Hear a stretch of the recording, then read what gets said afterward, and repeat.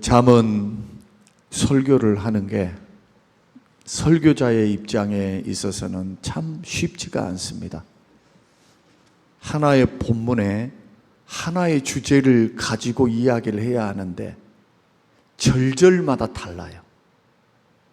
그래서 하나를 묶어서 설명드리기에 상당히 어렵고, 그래서 주제별로 묶어서 그렇게 설교를 합니다.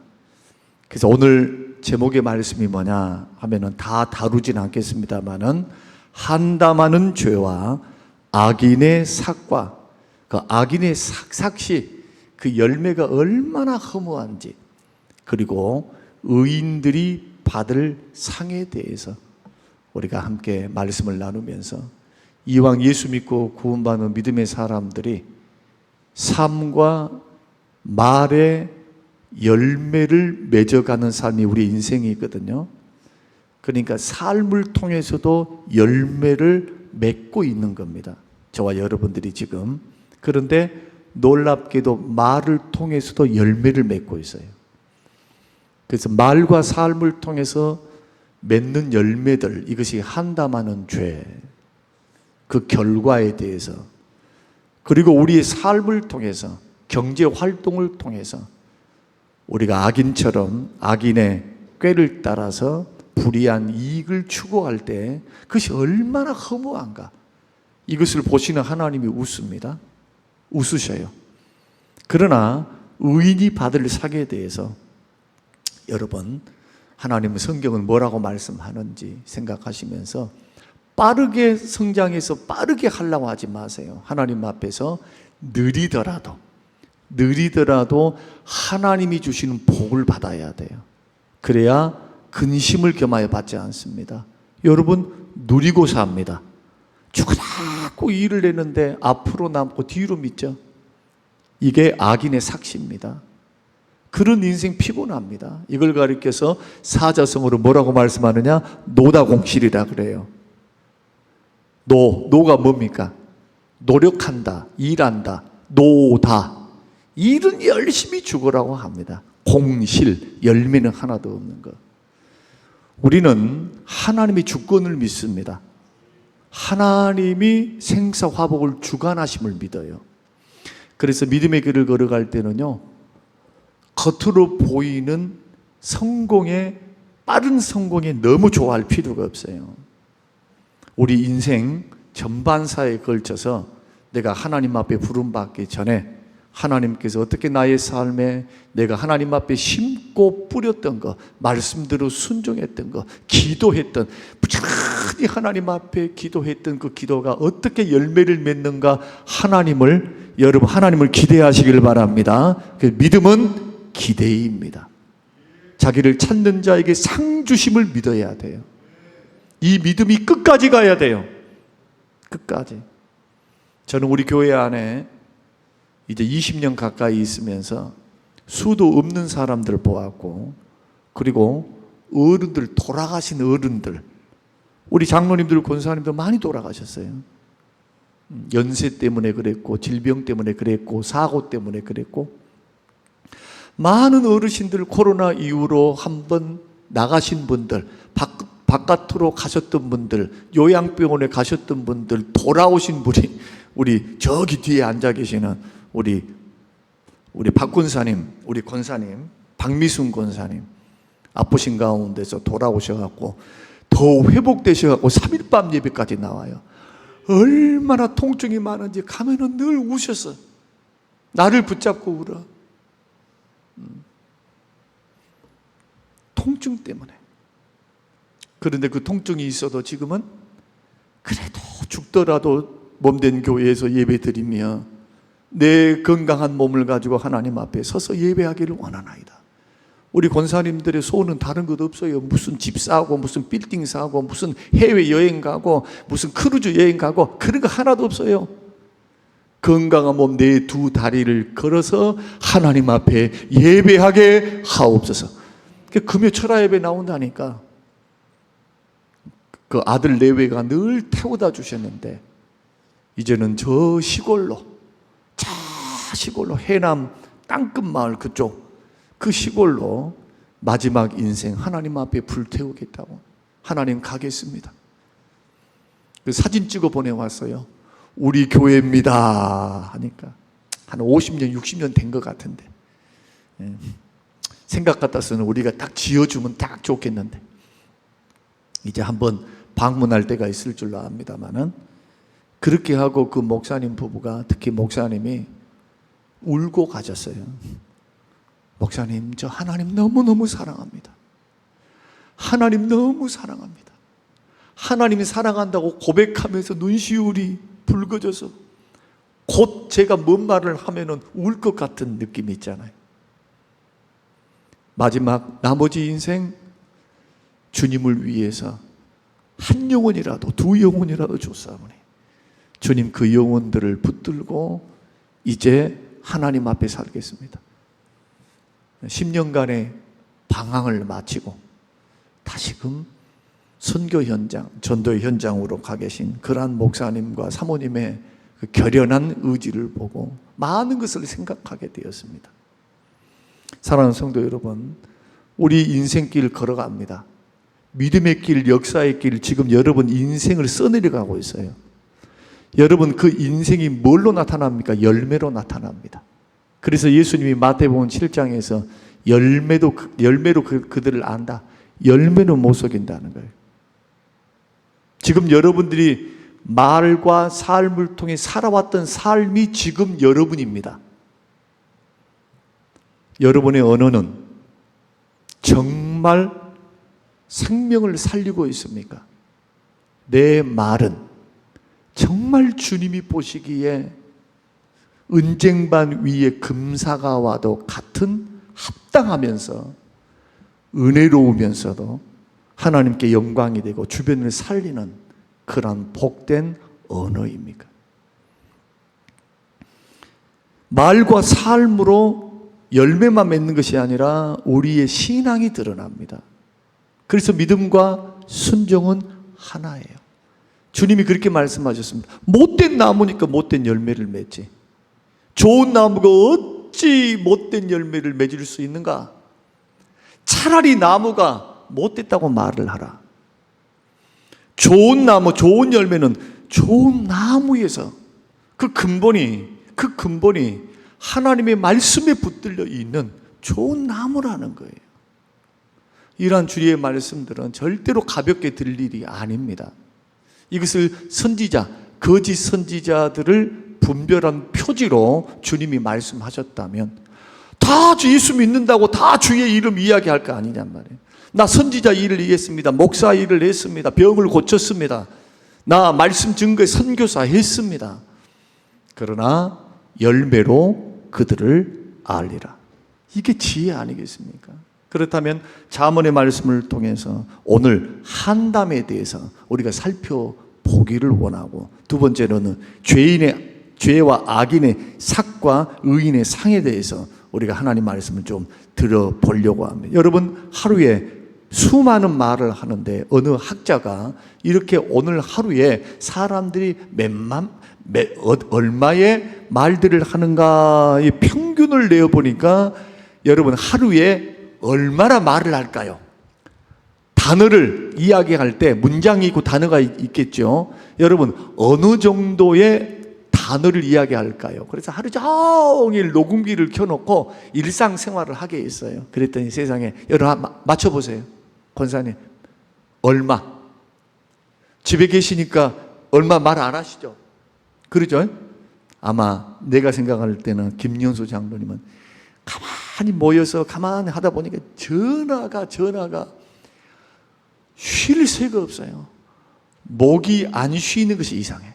스트레스가 많을 것 같아, 내 생각에. 신경 쓸 일이 너무 많을 것 같아.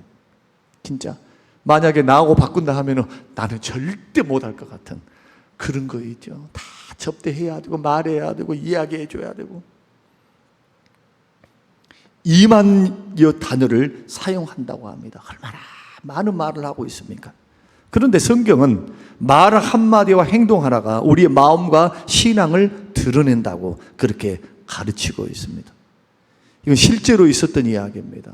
한 교회 한 목사님께서 이런 이야기를 들려주셨는데, 교회 안에 성도들 사이에 작은 오해가 생겼대요.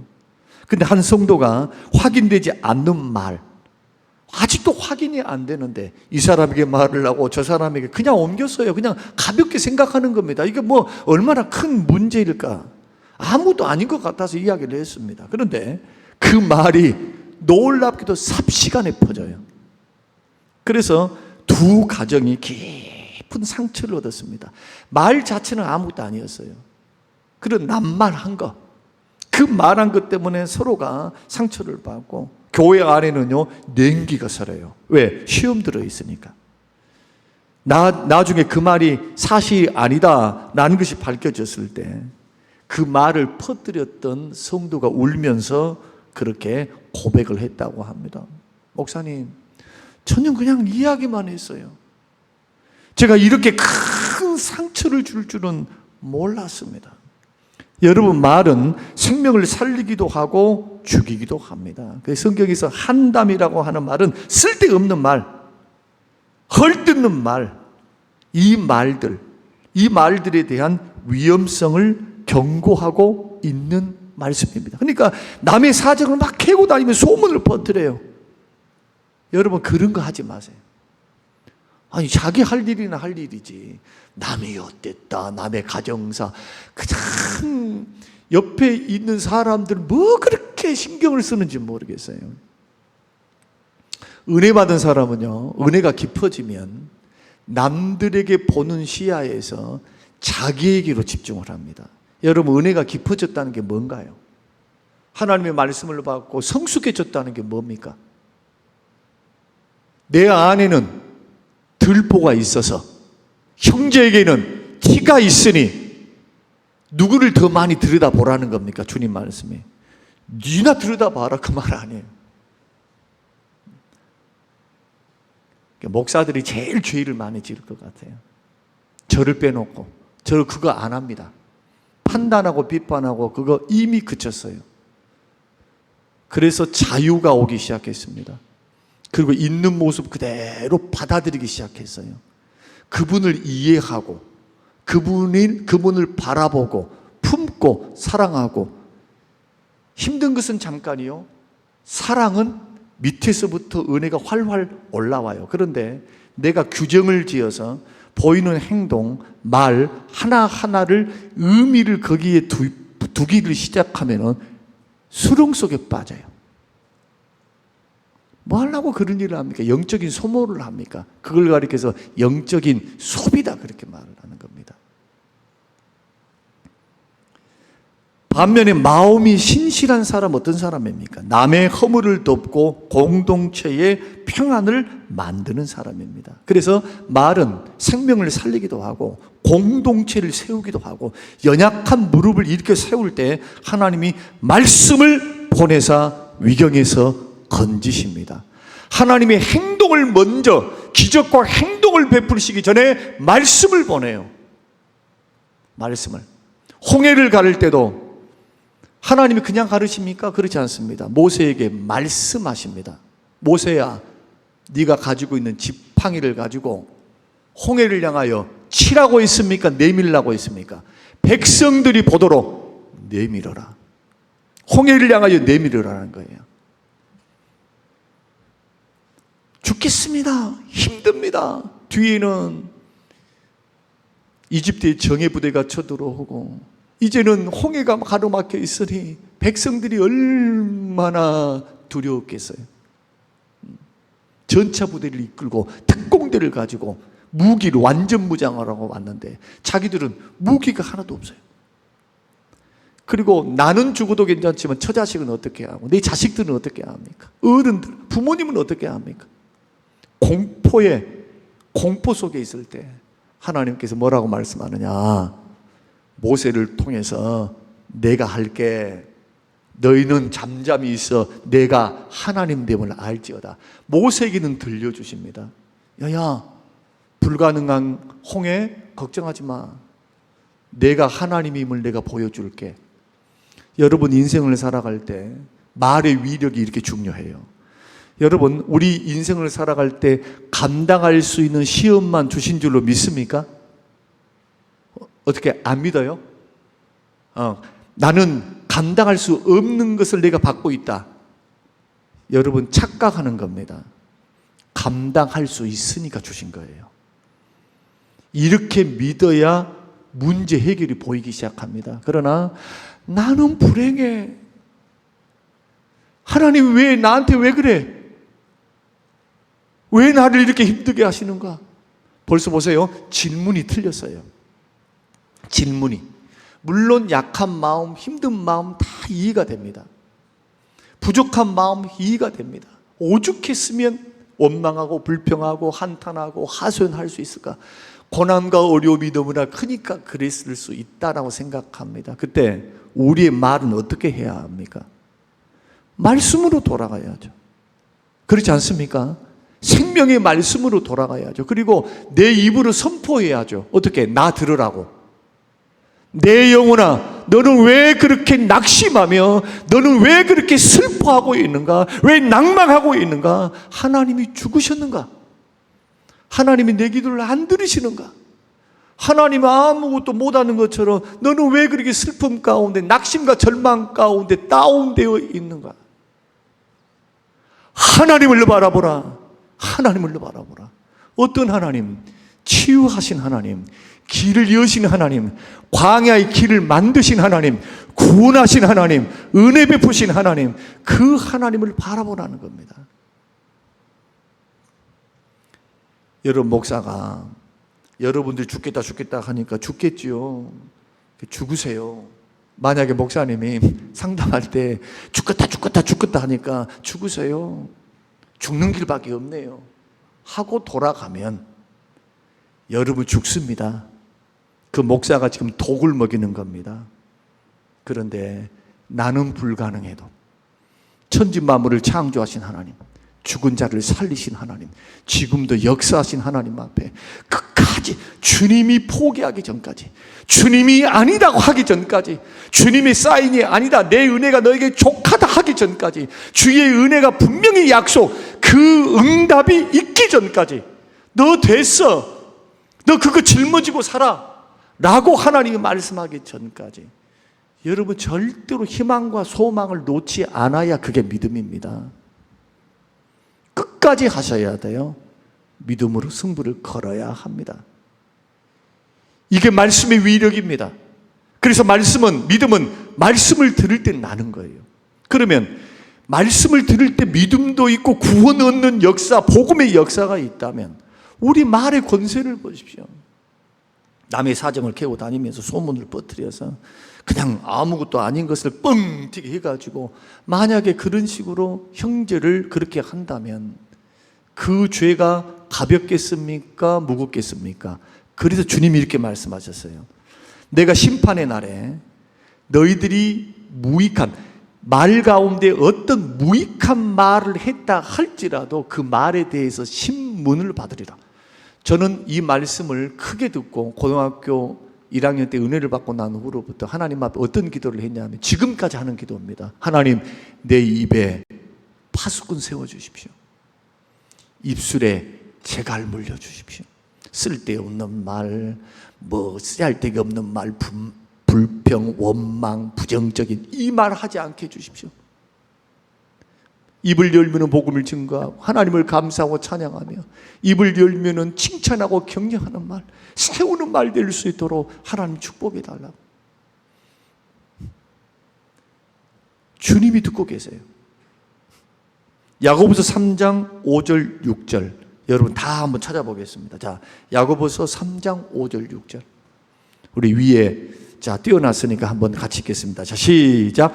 이와 같이 혀는 작은 지체로 된 큰 것을 자랑하도다. 보라, 얼마나 작은 불이 얼마나 많은 나무를 태우는가. 혀는 곧 불이요 불의의 세계라. 혀는 우리 지체 중에서 온몸을 더럽히고 삶의 수레바퀴를 불사르나니 그 사르는 것이 어디에서 나느니라? 지옥불에서 나는 거예요. 여러분, 성도들의 입술은 하나님께 속해 있어야 합니다. 그래서 남을 세우는 말만 해야 돼요. 부정적인 말도 많이 하지 마세요. 권면의 말도 여러분 칭찬 7번 하면 권면의 말 한두 번 하세요. 한두 번. 칭찬은 하지도 않고 맨날 그 말을 하면 잔소리도 들리는 겁니다. 이게 사람의 이 귀의 구조예요. 심리학적으로 이미 밝혀진 겁니다. 이것은. 그래서 자녀를 키울 때도 자꾸 격려해 주세요. 자녀들 키울 때도 자꾸 용기를 주세요. 그래야 어려움을 당할 때 아버지로부터 어머니로부터 지지받았던 그 지원이 있어요. 말의 지원이 쌓여. 그러면 그 아이들은 아버지 어머니로부터 늘 들었던 그 말씀들, 이것이 인격이 형성이 되어지고 이것이 열매를 맺게 돼요. 뿌려져서 열매를 맺게 돼요. 그래서 위기 관리 능력이 뛰어난 겁니다. 그러나 어려서부터 맨날 지천들고 맨날 그렇게 해보세요. 문제만 터지면 부정적으로 가는 거예요. 그거 아무것도 아닌데 말이에요. 그러면 우리는 어떻게 해야 하느냐? 하나님 앞에 이렇게 해야 합니다. 에베소서 4장 29절 띄울 수 있나요? 에베소서. 너무 감사합니다. 이야. 자, 우리 같이 읽겠습니다. 시작. 무릇 더러운 말은 너의 입 밖에도 내지 말고 오직 덕을 세우는데 소용되는 대로 선한 말을 하여 듣는 자들에게 뭘 끼치게 하라? 은혜를 끼치게 하라. 그러므로 남의 허물을 드러내기보다 덮은 사람이 어떤 사람이냐? 오늘 본문에 있는 마음이 신실한 사람이에요. 왜 허물을 몰라요? 왜 약점을 몰라요? 다 알지. 그러나 그것을 덮는 겁니다. 성경은 그렇게 말씀을 합니다. 우리가 야고보서를 통해서 말씀을 우리가 배웠습니다마는 긍휼은 심판을 이깁니다. 그러나 긍휼이 없이 맨날 그렇게 했던 사람은요, 자기도 하나님 앞에 섰을 때 긍휼이 없는 심판을 받아요. 그 당시에 야고보서 당시에 누구일까요? 율법주의자입니다. 율법주의자들의 특징이 뭡니까? 율법을 가지고 비판해요. 우리 모두가 다 전적 타락하고 부패해서 우리는 아직 죄인 되었을 때 우리를 구원해 주신 하나님의 은혜는 생각하지 않고, 우리가 신앙생활 잘한다, 나는 말씀 좀 읽었다, 나는 뭔가 좀 안다, 그걸 가지고 자꾸 뭐를 하느냐? 흑백 논리로 가는 거예요. 옳고 그름은 분별해야죠. 분별은 하되 판단하면 안 되는 거예요. 비판과 판단은 누가 해야 됩니까? 하나님이 하시는 거예요. 하나님. 그래서 마태복음에서 말씀한 비판하지 말라, 판단하지 말라라고 할 때 헬라어가 어떤 헬라어가 쓰느냐? 크리노. 이 크리노는 심판하다는 뜻입니다. 똑같아요. 비판, 판단이 다 크리노예요. 이 말은 하나님한테만 쓰는 말씀입니다. 사람에게 쓰는 말이 아니고 하나님께 쓰는 거예요. 하나님의 심판을 말할 때 크리노, 하나님이 심판하신다. 사람이 사람을 할 때는 판단이 아니에요. 우리는 다 약점이 있습니다. 허물이 있습니다. 완벽하지 못합니다. 완벽하게 우리는 올바로 판단할 수 있는 능력이 없어요. 숨은 것을 드러낼 수 있고 완벽한 판단은 하나님만 하신 겁니다. 우리는 분별합니다. 옳고 그름을 분별하는 거예요. 겸손하죠. 나만 옳다고 하지 않는 겁니다. 분별하는 겁니다. 주여 지혜를 주사, 이 옳은 방법이 아닌 것 같은데, 이 길은 하나님이 기뻐 안 할 것 같은데, 개연성을 두는 겁니다. 개연성이 뭡니까? 열어놓는 거예요. 나도 부족하니까, 여러분도 부족하니까. 이런 사람들은 남의 허물을 덮습니다. 공동체에 뭘 끼칠까요? 평안을 끼칩니다. 자꾸 평안을 끼쳐요. 놀랍게도 교회는 은혜가 중심이 되어져 있는 공동체가 되어야 됩니다. 은혜 위에 순종과 말씀을 세워야 돼요. 은혜가 먼저이니까. 그렇죠? 하나님께서 우리를 구원하셨을 때 우리의 잘나고 똑똑하고 무슨 믿음 좋고 새벽기도하고 무슨 금식하고 선교하고 목숨 바친 거 보고 우리를 구원하셨습니까? 아닙니다. 아직 죄인 되었을 때 주님이 죄인 된 나를 기쁘게 여기시고 사랑하기로 작정하사 찾아오신 순간 찾아오신 그것이 은혜입니다. 그러므로 은혜로 구원받은 사람이 은혜롭게 말도 해야 되고 은혜롭게 돼야 될 줄로 믿습니다. 그렇게 돼야 돼요. 이런 사람의 결말이 좋아요. 이렇게 걸어가면 그 말대로 하나님이 축복을 하십니다. 한담과 비방은 교회를 무너뜨리는 불씨가 되기 때문에 자꾸 믿음의 길을 걸어갈 때 나무에 허물을 드러내기보다 덮는 사람이 돼야 되고요. 가정과 직장에 있어서 말 한마디를 삼가해야 돼요. 아침마다 이렇게 기도하십시오. 오늘 이 말씀만 하고 마치겠습니다. 다음 주에 두 번째, 세 번째 말씀드릴게요. 아침마다 여러분 어떤 기도해야 되느냐? 주님, 내 입술의 문을 지켜 주시옵소서. 내 말이 주님의 영광이 되게 하시고 주의 영광을 드러나게 하옵소서. 여러분, 한 청년이 어렵게 직장에 들어가서 어느덧 1년차, 2년차, 3년차가 됐대요. 4년차. 그래서 너무너무 직장 생활이 재밌었대요. 사람들이 이제는 3년쯤 되니까 사람의 성품들을 서로 알게 됐어요. 그리고 어느 정도 굉장히 친하게 된 거예요. 그래서 어떤 동료, 직장 동료가 행했던 일이 좀 실수했던 그것이 잘못을 그냥 너무 재밌으니까 그냥 가볍게 농담식으로 그냥 주변 사람들이 그렇게 말을 했대요. 농담식으로. 그냥 농담식으로 말을 한 거예요. 그런데 개인이 그냥 들었으면 좋은데 사무실 전체에게 들려서 퍼진 겁니다, 이 말이. 근데 이 동료는 뭘 느꼈냐면 모욕감을 느꼈어요. 그러니까 그냥 지나가는 잘못을 그냥 농담 삼아서 한 거예요. 뭐 진실하게 뒷담화 한 것도 아니고 사람들이 듣는 데서 그냥 이렇게 했답니다 하는데, 사람이 그렇잖아요. 개인이 있을 때 말한 것과 사람이 옆에 있을 때 그 말하는 것은요, 무게가 좀 달라요. 자존심 많이 상하게 돼요. 참, 이 부분이 사실 이것도 뭐 아무도 아닌 것 같은데 사람의 구조가 그러니까 힘들죠. 그런데요, 모욕감을 느끼기 시작하고 급기야 그 직장을 그만둬 버렸어요.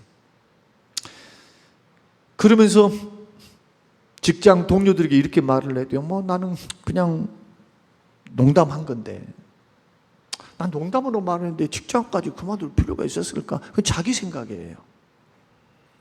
가벼운 말이었지만 한 사람의 마음을 무너뜨린 거예요. 그래서 교회 안에서는, 여러분, 교회 안에서는 신앙도 수준이 다르고 나이도 다르잖아요. 여성이 있고 남성이 있어요. 그래서 말도요, 그 사람이 듣기에 강도가 아무리 약한 것이라 할지라도 듣는 사람이 강하게 듣는 상태라면, 여러분 그런 분들 있잖아요. 조금만 말해도 휙휙 하면서 확확 하는 분들, 이런 분들에게는요, 여러분 섬길 수 있는 최고의 방법이 뭘까요? 한 권사님 웃으셨으니까 어떻게 하면 좋을까요? 휙휙 하는 사람들에게 절대로 그런 빌미 주면 안 됩니다. 그분은 그것이 그분에게는요 약점이에요. 그분에게는요 좋은 말 해주셔야 돼요. 또 말을 할 때도 좀 부드럽게 해주셔야 돼요. 그러면 목사님은 잘합니까? 물어보고 싶죠. 또 퀘스천 딱 해놓을게요. 왜? 최근에 뭔 일이 좀 있었어요. 남들과 말고. 그래서 이 설교를 준비하면서 사실은 오늘 하루 종일 교회에 있었거든요. 오후 이제 점심 먹고 나서. 그러면서 이 준비하면서 왜 그랬냐? 집에서 준비할 수도 있는데 교회에서 있으면서 사실은 이거 준비하면서 회개가 된 거예요. 나는 그런 말 아닌데. 그 습관이 붙어버린 거겠죠. 너무 친하다고, 너무 가까이 있다고. 남편들 조심하세요. 그러면 이런 말도 있어요. 목사님, 우리 집은 우리 아내가 문제입니다. 혹시 그런 남편? 나만 손 들고 있는데. 오늘 저와 여러분이 믿음의 길을 걸어갈 때 한담하는 죄, 자꾸 남들에게 너무 관심 갖지 마시고, 어떤 분은 또 이 말씀 드려야 되겠네. 어떤 분은 상담에 옵니다. 목사님, 내가 이렇게 됐는데 꼭 누가 나에게 말을 하는 것 같아요. 제가 그런 말이 있습니다. 자꾸 그렇게 물어보시길래 말한 것 같다고, 누가 말한 것 같다고 그래서 내가 지금은 이제 그분이 안 나오시니까 이제 말씀을 드릴 수 있습니다. 아예 그냥 오시지 말라 했어요. 왜냐하면 한두 번도 아니고 한 4-5번 왔는데 똑같이 그것을 계속해서 하시는 거예요. 그래서 이제 나는 부족한 목사니까 더 훌륭한 목사님 찾아서 가라고. 최근에도 다시 또 오면 안 되냐고 또 그렇게 연락이 오셨대요. 어떤 권사님한테. 그래서 조금 더 내버려 두시라 그랬어요. 두시고 그 다음에 우리가 또 제가 만나볼라 합니다. 그렇게 해놨는데 뭐냐면, 여러분의 사정을 누가 교회에서 막, 여러분 그런 한가한 사람 별로 없어요. 절대로 걱정하지 마세요.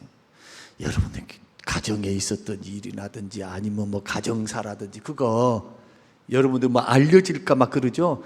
관심 있는 사람 있는가 보세요. 아무도 없어요. 제가 깨달은 게 그거예요. 자기 문제도 바빠. 지금 현대인들은요, 자기 문제도 바빠. 그걸 가지고 막 이슈를 해가지고 어땠다네, 이 집이 저랬다네, 저 집사는 이랬다네, 걱정하지 마세요. 절대로 걱정하지 마세요. 그런 일 없으니까. 누가 한 사람이 전해 죽을랑 그냥 이렇게 하고 이렇게 해버리세요. 그 시간 그냥 뭐 한가한 사람이나 그렇게 해요. 절대 없어요. 그러니 오늘 이제 기도의 제목을 이렇게 잡으려고 그럽니다. 할 때 쓸데없는 말 하지 말자. 지나친 관심 갖지 말자. 형제들 가정 안에 관심을 가져서 좋은 것을 널리 퍼뜨려서 칭찬하는 말들을 하는 것은 하세요.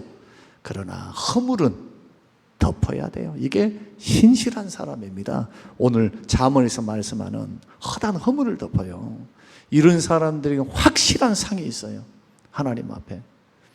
그래서 말로, 이게 신앙의 열매이니까 말의 열매를 통해서 우리의 인생이 측정이 되겠잖아요.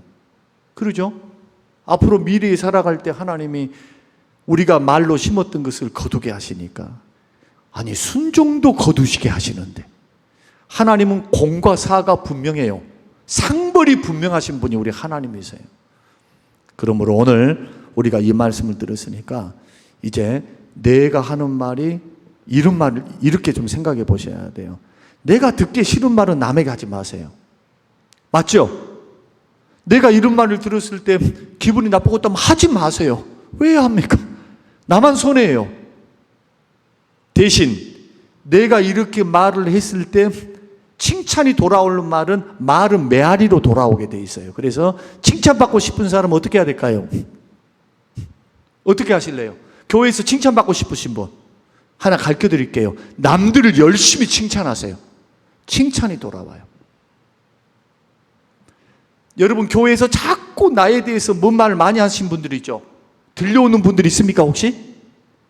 여러분들이 그렇게 하고 있는 거예요. 말은 메아리입니다. 돌아옵니다. 그래서 오늘 이 말씀을 우리가 기억하면서 특히 지도자들은, 목사들은 정말 중요해요. 목사님 말 한마디가 성도들을 10년 동안 시험 들기도 하고 10년 동안 시험 들었던 사람들이 돌아오기도 해요.